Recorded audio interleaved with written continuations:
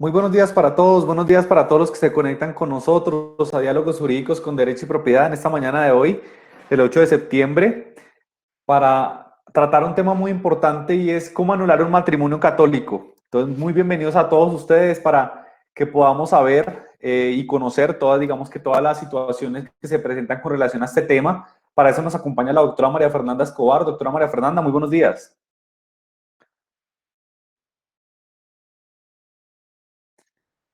Bueno, mientras la doctora María Fernanda conecta su micrófono, vamos saludando a todos los que se conectan con nosotros a nivel nacional para esta capacitación que realiza el Centro de Estudios de Derecho y Propiedad, una institución para el trabajo de desarrollo humano reconocida por Secretaría de Educación Distrital. Parece ser que la doctora María Fernanda ya está con nosotros. Buenos días, doctor Kevin, ¿cómo está? Bien, muchas gracias, doctora. ¿Usted cómo está? Muy bien, gracias. Bueno, muy contento realmente de que nos acompañe el día de hoy para tratar sobre este tema relacionado de cómo anular un matrimonio católico. Agradecemos mucho que haya aceptado nuestra invitación. Sabemos que se encuentra en este momento desde la ciudad de Popayán. Nosotros transmitimos aquí desde el Centro Empresarial Derecho y Propiedad, ubicado en la ciudad de Bogotá. Claramente, pues importante recordarles a todos los que nos ven en este momento que hacemos presencia a nivel nacional en las principales ciudades del país. Y para todos ustedes es muy importante pues conocer acerca de estos temas. Entonces, muchas gracias, doctora María Fernanda, por acompañarnos en esta mañana de hoy. Gracias, doctor Kevin, por su presentación. Muy buenos días para todos. Es un placer y un honor poder compartir con ustedes este tema. El tema de hoy es un tema de gran interés y es muy importante conocerlo. Es cómo anular un matrimonio católico, ¿sí? Pero antes de conocer realmente cómo es el procedimiento para anular un matrimonio, es importante conocer cómo la Iglesia define matrimonio, ¿sí? El Código de Derecho Canónico, en su canon 1055, establece que el matrimonio es la alianza por la que el varón y la mujer constituyen entre sí un consorcio de toda la vida, ordenado por su misma índole natural al bien de los cónyuges y a la generación y educación de la prole, elevada por Cristo Señor a la dignidad del sacramento entre los bautizados. ¿Qué quiere decir esto? Que el matrimonio es una unión para toda la vida. No basta con la manifestación externa de las partes, indicando sí acepto, sino es como la voluntad, ¿sí? Es la voluntad de encontrarse preparado y aceptar, asumir el rol de vida en común, aceptando sus compromisos y manteniendo un equilibrio emocional y psicológico. El matrimonio, por su propia naturaleza, se contrae por un tiempo indefinido, como la expresión ya clásica de hasta que la muerte los separe, ¿sí? La Iglesia ha establecido también unas características de en qué se basa el matrimonio, o sea, unos principios esenciales para poder contraer un matrimonio católico. En ellos encontramos la unidad, es la unión entre un hombre y una mujer, ¿sí? Las partes deben encontrarse bautizados. Debe haber un consentimiento entre las partes, ¿sí? Debe que las dos tengan un mutuo acuerdo, deben de sentir realmente que sí quieren casarse. Y otro que es muy importante, que el matrimonio es indisoluble, es decir, que en ningún momento se puede disolver, sino hasta que uno de los contrayentes fallece, ¿sí? Entonces, estos son los principios fundamentales y esenciales como tal del matrimonio. Pero, sin embargo, la Iglesia tiene organizado un sistema judicial con tribunales en todas las diócesis, en todas las iglesias, para determinar realmente si el matrimonio tiene validez, ¿sí? Es ahí que viene la nulidad matrimonial, ¿sí?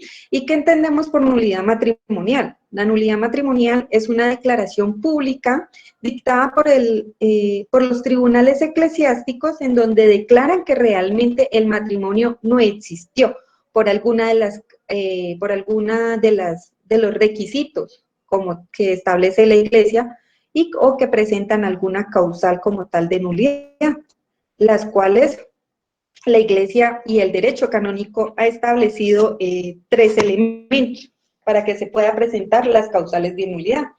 Entre ellas encontramos el primer elemento, los impedimentos, que son las prohibiciones legales, ¿sí? Entonces, ¿qué encontramos en estos impedimentos? Podemos estar la edad, la impotencia, la bigamia, el parentesco. Por ejemplo, menores de edad no permiten que se realicen un matrimonio.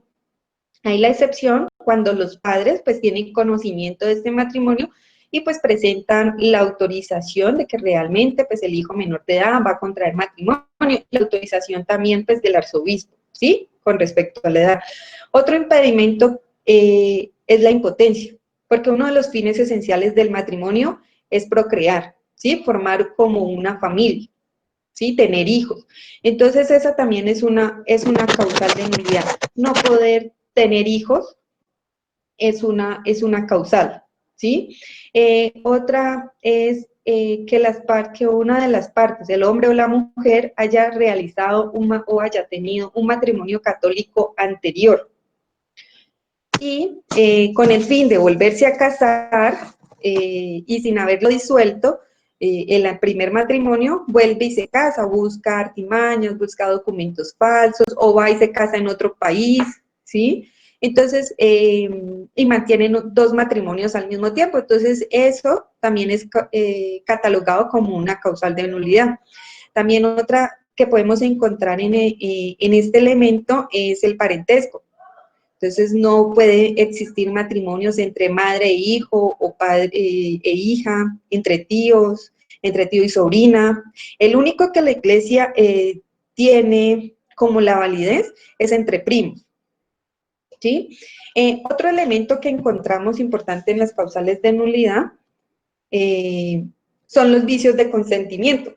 En ello encontramos la falta de uso de razón, los problemas psicológicos, por ejemplo, las personas que contraen matrimonio, pero ellos tienen un trastorno de personalidad, ¿sí? Al principio se quieren casar, pero después ya quieren que no. Entonces, eso es un vicio de consentimiento y eso es una causal de nulidad, ¿sí? O carecer, decir, o no tener esa madurez psicológica, o esa madurez al compromiso, ¿no? No poder comprometerse a ser un buen padre o a ser un buen esposo. También es una causal, las cuales se tienen pues que probar, ¿no? No es tan fácil decir, no, yo no me siento capaz en estos momentos de casarme. No, pero pues eso se debe probar, se debe analizar, pues ya sea con un examen psicológico, con un examen psiquiátrico, para determinar pues cómo está mentalmente, ¿sí? También el uso de la fuerza, la violencia, nadie puede pues obligar a otras personas a que se casen, ¿sí? También las personas que siendo estéril, un ejemplo de vicio de consentimiento, que siendo estéril y no lo dice, ¿sí? No dice que es estéril y se casa. Entonces, la otra parte, al enterarse de esta situación, pues puede solicitar pues, la causal de nulidad, ¿sí? Y otro de los elementos que encontramos es los defectos de forma, ¿no? Más que todos van al formalismo. Estos elementos, este tipo de elemento, pues es poco frecuente, ¿sí? Pues porque esto más que todo va encaminado es cuando se realiza un matrimonio, cuando no es con un párroco o un sacerdote autorizado por la iglesia, o cuando no es el párroco de donde residen, ¿sí? Los matrimonios por poder, de que estaba de viaje o estaba prestando servicio militar o me encontraba enfermo, entonces yo le doy poder a otra persona para que vaya a la iglesia y se case con mi esposa. Entonces eso no es permitido. Y el matrimonio de uno o de los testigos, ¿no? Más que todo es el formalismo como tal de la realización del matrimonio, ¿sí? La iglesia, en este caso, la iglesia ha sostenido o ha manifestado, pues, cómo se debe presentar una nulidad matrimonial, ¿no? O cómo se caracteriza una nulidad matrimonial. Pues entonces la nulidad matrimonial puede ser presentada por cualquiera de los cónyuges. No necesariamente los dos deben ir a la iglesia y decir, nosotros nos queremos nulitar nuestro matrimonio, no. Ya sea el hombre o la mujer lo puede presentar, la puede presentar. El hecho de que hayan tenido hijos dentro del matrimonio no quiere decir de que no se pueda nulitar el matrimonio. Una vez nulitado el matrimonio, persisten los derechos y deberes de los hijos. Eso no hay, en ello no se presenta ninguna modificación como tal. ¿Sí? Los documentos del proceso de la nulidad matrimonial son estrictamente confidenciales. ¿Sí? Nadie puede, nadie más que las partes deben conocer esta clase de procesos. ¿Sí? La Iglesia ha manifestado que hasta los tribunales, cuando van a dirimir conflictos de bienes, de alimentos, solicitan a la Iglesia que les trasladen el proceso que se adelantó o que se está adelantando al juzgado para ellos conocer cómo va en el trámite. Y pues la Iglesia les informa que no, que esto es confidencial, por lo tanto no se puede ceder ni se puede mostrar a nadie más que no tenga interés en eso, ¿sí? Ya que la Iglesia lo que busca aquí no es la división de bienes, como lo está manifestando, ni ninguna división, ni conflictos. Aquí lo que se busca es la sanación, ¿sí? La sanación espiritual, la sanación de almas. No es, en este caso aquí no es necesario el divorcio. Para las partes que quisieran solicitar la nulidad matrimonial, no es necesario el divorcio como tal, ¿sí? Pero sí la liquidación de la sociedad conyugal.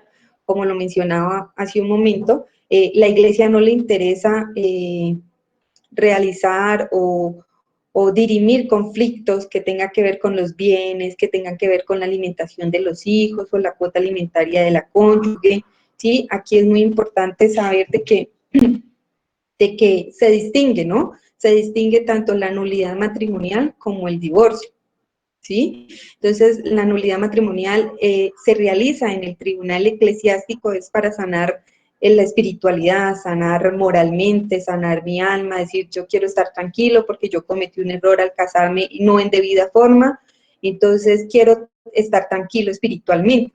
En cambio, el divorcio, el cual se adelanta en un juzgado de familia, en el cual sí que existen cláusulas para determinar el divorcio, ¿sí? Es ahí donde puedo presentar, no, yo necesito la cuota alimentaria porque pues mi cónyuge fue infiel, entonces él fue el cónyuge culpable, es necesario pues que al separarse pues queden los alimentos propios para los hijos, ¿sí? Establecer que dentro de la relación se consiguieron varios bienes inmuebles, entonces que tenemos un carro, una casa, una moto, entonces quién va a quedar con esa parte, ¿sí? Entonces es muy importante tener claridad en estos dos puntos, ¿sí? Porque el divorcio se adelanta por los juzgados de familia, y es el que determina, es el juez de familia, y el matrimonio católico lo determina es el tribunal eclesiástico. Por eso es muy importante de que antes de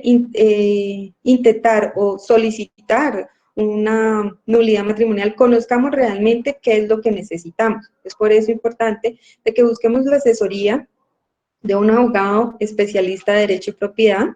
Derecho y Propiedad tiene abogados especialistas en Derecho y Familia, los cuales lo pueden enfocar realmente y cuál es la intención o cuál es la necesidad que tiene, si ya es para un divorcio, que eso lo determina un juez de familia, o realizar una nulidad de matrimonio católico, el cual se adelanta en un tribunal eclesiástico, ¿sí?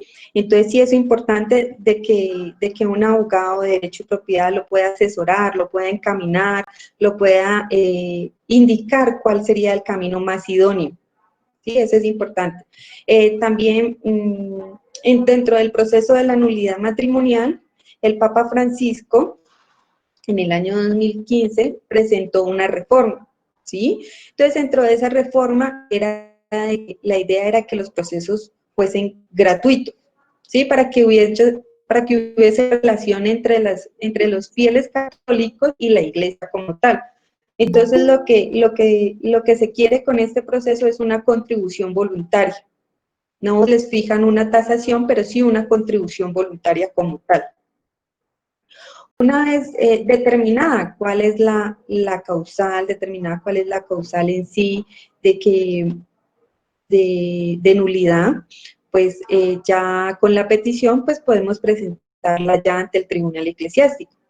El Código de Derecho Canónico nos ha establecido que hay 3 partes en donde se pueden presentar las peticiones, ya sea en el tribunal donde se celebró el matrimonio o donde se encuentre la pareja, la expareja, o donde se encuentren los testigos. Por ejemplo, yo me casé en Popayán, pero mi ex esposo se encuentra en Medellín. Entonces, pues yo si quiero la puedo presentar aquí en Popayán, mi petición de nulidad de matrimonio, o la puedo presentar en Medellín, donde se encuentra mi expareja. Pero toda mi familia y todos los testigos y todas las personas, documentos que necesito para demostrar esa nulidad se encuentran en Bogotá. Entonces, pues voy y presento allá en Bogotá porque allá se encuentran los testigos. Entonces, para facilitar más las cosas, pues la presento allá para que en su momento dado, cuando los llamen, pues ellos se presenten, ¿sí? Entonces, son 3 partes donde las podemos presentar. Para presentar este tipo de nulidad, hay una serie de documentaciones que son necesarias. Entre ellas encontramos el registro civil de matrimonio con liquidación de bienes, con la nota marginal de la liquidación de bienes, la partida original del matrimonio, la partida original del bautismo con la nota marginal de que se casaron, las partidas originales del bautismo de los hijos que llegaron a tener dentro del matrimonio, y estos son los más importantes, o sea, esto tienen que presentarse, y a su vez los documentos con los cuales vaya a soportar la nulidad, ¿sí? Entonces, no, es que él tenía un matrimonio anterior, entonces anexemos el registro civil de matrimonio del anterior, con la anterior persona, ¿no? Del anterior matrimonio católico, se anexa. Supongamos que es un proceso donde la persona tiene trastornos psicológicos, psíquicos, entonces, no, el examen de un psiquiatra, el informe de un médico psiquiatra donde nos indique, pues, realmente la persona tiene esto, o su concepto médico. Entonces, son soportes, a su vez, los testimonios, ¿sí?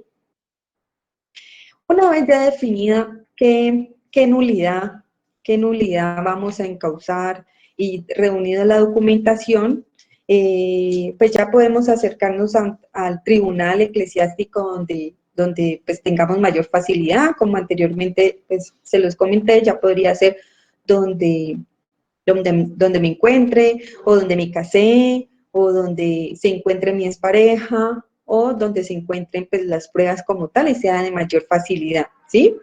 Entonces, el proceso de nulidad matrimonial tiene 3 fases. En ella encontramos la fase introductoria, la primera, que es la admisión. Una vez tenga la petición, la solicitud, pues esta debe contener los hechos y debe contener también la causal por la cual estoy invocando pues la nulidad matrimonial y sustentando el porqué y los motivos por los cuales la estoy solicitando, ¿sí? Debe indicar también los testimonios, los datos de las personas, dirección, teléfono, identificación. A su vez también se deben presentar los datos de la expareja, ¿sí? Y presentarlo ante el tribunal, y ya el tribunal evaluará si es admisible o no la causal, si las pruebas que yo estoy presentando son realmente valederas, si necesita más pruebas, si realmente es pertinente esa clase de pruebas, ¿sí? Entonces, aquí el tribunal determinará si se realiza por el proceso ordinario o por un proceso breve. Un proceso breve es una de las reformas que instauró el Papa Francisco en su decreto en el 2015, en el cual indicaba que este proceso tenía una duración aproximadamente de 45 días. ¿Sí? En este proceso es cuando las partes de mutuo acuerdo van y presentan la solicitud y dicen, queremos nulitar nuestro matrimonio por estos motivos, y los dos van. Entonces, pues como hay facilidad entre las partes, entonces es más, se puede encaminar por el proceso breve. o que la petición o la solicitud de nulidad se presente con unas pruebas que realmente el material probatorio sea muy evidente. Entonces, ahí realmente se iría por el proceso breve. Ya se iría por el proceso ordinario en caso dado que se necesite realmente, pues los testimonios, que sea una instrucción probatoria más detallada, ¿sí? Que se necesite más a fondo investigar el por qué razón quieren nulitar este proceso, por lo que la iglesia no quiere disolver así de fácil, ¿cierto? Porque uno de los principios esenciales del matrimonio es la indisolubilidad, ¿cierto? Entonces ellos no quieren, la iglesia no busca que se separen fácilmente, ya que el principio esencial de ellos es hasta que la muerte los separe. Y entonces ellos tienen que definir y revisar realmente cuál causal va encaminada a una nulidad matrimonial para decir, no, vea, realmente este matrimonio no existió. ¿Sí? Una vez las partes, una vez ya con la petición, el tribunal revisa y admite, emite un decreto en el cual admite la demanda como tal y en ello abre la fase de instrucción. Entonces empieza la recolección de pruebas. Determina si esas pruebas están bien, si necesita más pruebas a fondo, si necesita más exámenes para determinar si realmente la causal invocada pues, está bien presentada, ¿sí? Una vez las partes, ya el tribunal haber revisado las pruebas, y al haber tener todo ya organizado, se le comunica a las partes para que ellos presenten unas conclusiones. ¿Sí? Es ahí donde se llega a la fase conclusiva. Entonces, es ahí donde las partes presentan como sus conclusiones, ¿sí? Reiteran su petición y pues dan como tal sus conclusiones, valga la redundancia. Y es ahí donde el tribunal como tal determina, ¿no? Determina y decreta la nulidad matrimonial, ¿sí? Entonces, hasta aquí se cerraría pues ya el decreto. Si las partes, la otra parte que presentó no se siente conforme, pues él puede solicitar la revisión, es como un recurso, él apela a la decisión tomada por el tribunal, ¿sí? Y es una de las otras reformas que ha traído pues el Papa Francisco con su nuevo decreto. Es la reforma motu propio, el sumo pontífice del Papa Francisco, ¿sí? Él ha tratado con su reforma de realizar un proceso más ágil y más dado a las personas, ¿sí? A los católicos. Eso era muy criticado anteriormente porque era un proceso demasiado largo y demasiado costoso. Entonces, lo que él busca es no malinterpretar la reforma en sentido de que, pues, todo el mundo nulita el matrimonio porque sí, no, sino realmente buscar la tranquilidad como tal de las personas, buscar la sanación de las almas.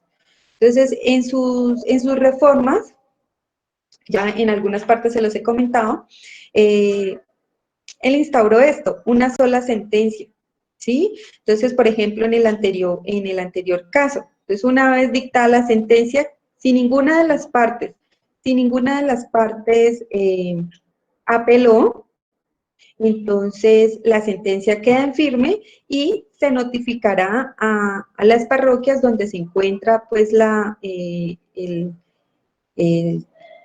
del bautismo, la partida de bautismo y se realizará la respectiva anotación, ¿sí? Pero si una de las partes apela, pues ya no necesariamente necesita ir hasta Roma, que anteriormente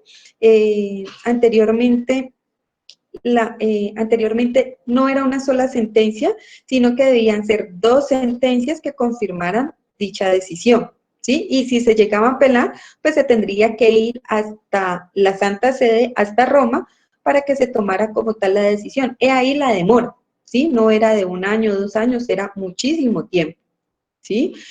Y la idea con esta reforma es de que, que el mismo padre o el mismo obispo que realizó la sentencia, ¿sí? Puede definir como tal la apelación, ¿sí? Ya sea él o sea otro de alta jerarquía, ¿sí? Por eso la reforma de una sola sentencia en favor de la nulidad ejecutiva. Pues con una sola sentencia podemos ya definir el decreto, no necesariamente pues deben ser las dos. Un juez único. Este juez único va encaminado más que todo a los procesos breves. Los procesos breves, pues como ya se los había informado, son los procesos en donde las partes, en donde las dos partes se encuentran de mutuo acuerdo o donde los documentos o las pruebas que se presentan en la solicitud de nulidad son muy evidentes, que no necesita pues de un material probatorio más detallado. Entonces es por eso que en este caso pues el mismo juez puede determinar, un solo juez puede determinar pues la decisión de la nulidad matrimonial, ¿sí?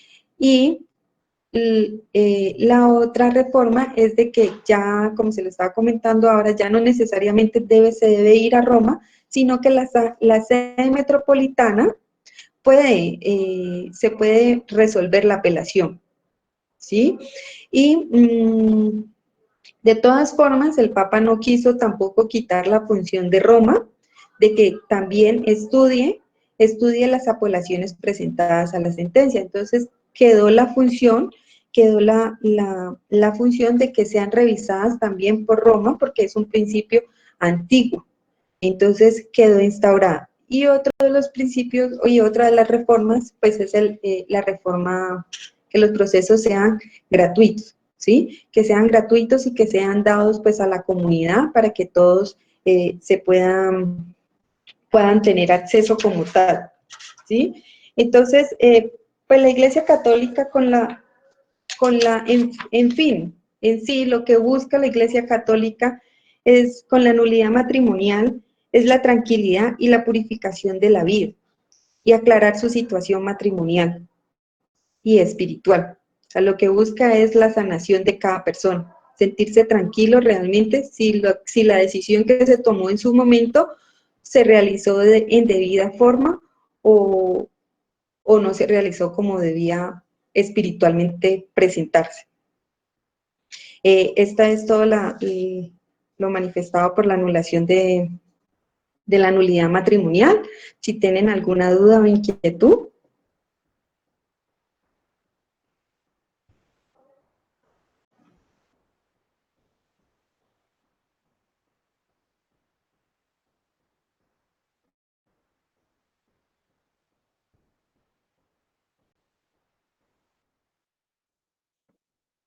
¿Aló, doctor Kevin? Sí, doctora, es que quedó ahí como de pronto un poco en silencio, pero bien, ya nos dimos cuenta que pues había terminado su explicación y realmente digamos que ha quedado entendido el tema y pues siempre surgen preguntas, ¿no? Relacionadas Sí. con esto porque pues muchas veces de pronto hay muchas personas y lo más común, ¿cierto? Más bien lo poco común es que se casen por lo civil y lo más común es que se casen por lo católico. Entonces, ¿qué pasa de pronto? Y es, digamos que una de las preguntas que observamos es si hay algún problema si no se anula el matrimonio católico. No, no hay ningún inconveniente, ya que, o sea, no es necesario, ¿no? Es más que todo, como lo explicaba, es más que todo como para la tranquilidad espiritual de las personas, ¿no? Y el deseo si quiere volverse a casar por lo católico, ¿sí? Es más que todo eso, porque es que está el divorcio en civil, ¿no? Entonces, Mire es que ahí ahí va la donde... segunda pregunta, para que no se me ¿Vale? adelante. ¿Qué pasa de Ah, pronto de cuáles son esas consecuencias de un divorcio normal? Que muchas veces de pronto las personas, y hemos tenido clientes y usuarios que nos preguntan, bueno, ustedes hacen el divorcio ante la notaría, por ejemplo, cuando es de mutuo acuerdo, ¿cierto? Pero ¿cuál es la diferencia? ¿Pero qué pasa con lo católico? ¿Cuáles son entonces esas consecuencias de divorciarme normalmente en una notaría o ante un juzgado? listo.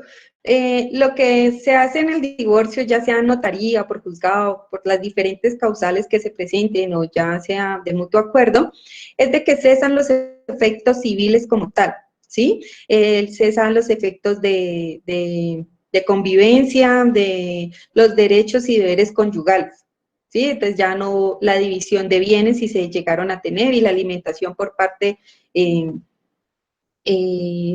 conyugal o parte de hijos. Y ya quedan esos efectos civiles, queda ahí, ¿sí? Pero ya, si usted quiere volver a casar por la Iglesia Católica, pues ya no podría, ¿sí? Ese sería como el impedimento, pero realmente, pues ya está el efecto civil. Más que todo como la anulación del matrimonio católico, es de que lo que se busca acá es de que el matrimonio no existió, ¿sí? Al no existir un matrimonio, pues ya como que si no hubiera pasado. En cambio, en el matrimonio civil, los que se realizan en la notaría o en el juzgado, persiste el matrimonio, o sea, persiste ante la iglesia y ante los ojos de Dios que usted es casado, ¿sí? Pero los efectos civiles como tal, pues sí quedan disueltos.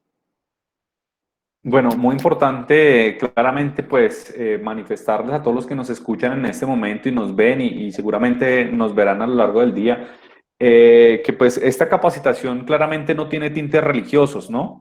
No es de pronto que nosotros queramos profesar la religión católica, claramente respetamos todas las religiones que profesen cada uno de nuestros usuarios, clientes, seguidores, simplemente es primero porque el matrimonio católico, y pues digamos que así me lo reiterará la doctora María Fernanda, es que el matrimonio católico es el único que tiene validez, ¿cierto? En la parte religiosa para los efectos que tienen que ver con el tema civil, ¿cierto? Entonces, si de pronto usted se casa por la iglesia cristiana o por la iglesia evangélica, cualquier otro tipo de iglesia, de pronto esos no tendrían el mismo efecto que tendría el matrimonio católico, ¿es correcto? Sí, claro, pues ya cada una es muy independiente. O sea, ya esto acá es por la iglesia, ¿sí? Pero es muy independiente totalmente de las demás religiones. Claro, entonces es muy importante pues saber y darles a conocer a todos los que nos observan y nos escuchan y nos siguen en este momento, es que pues esta capacitación va también a lo netamente jurídico, ¿no? Que pues es digamos que el énfasis de nuestro programa y digamos en este caso también quisiera yo preguntarle, doctora, si después de que se anule el matrimonio católico, ¿podría volverse a casar la persona a la que anuló ese matrimonio? Sí, claro, claro, o sea, sí puede volverse a casar porque ya quedaría libre, ¿sí? A menos, pues, de que persista la causal por la cual se invocó, digamos que tenga problemas psiquiátricos, ¿sí? Que tenga problemas psicológicos, entonces tocaría revisar de que esa persona ya haya mejorado para no volver a reincidir en esa causal. Pero Doctor, sí, buenos días. Sí, doctora Elizabeth, muy buenos días. ¿Cómo está? Para complementar la excelente capacitación de la doctora María Fernanda, cuando la anulación se hace por la causal de inmadurez, generalmente, y eso es a potestad obviamente del Tribunal Eclesiástico, les ponen un veto a esas personas que cuando fue por la causal de inmadurez, si quedan con un veto y si se quieren volver a casar, tienen que pedirle nuevamente a esa arquidiócesis que los rehabilite, o sea, que les señale que ya superaron esa inmadurez para poder volver a contraer nupcias por la Iglesia Católica.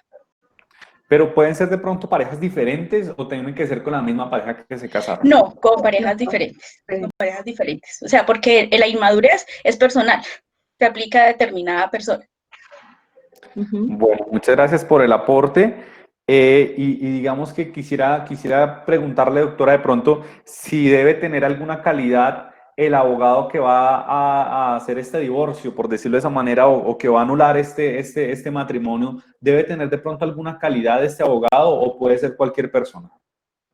No, sí, sí debe ser un abogado especialista en derecho canónico, ¿sí? Y debe estar inscrito en el tribunal eclesiástico. O sea, por lo general la iglesia tiene sus abogados, en el tribunal eclesiástico tiene sus abogados, ¿sí? Especialistas en derecho canónico, porque no es muy común este tipo de proceso, ¿sí? Por eso es importante que el abogado que realice este trámite sea un especialista en derecho canónico.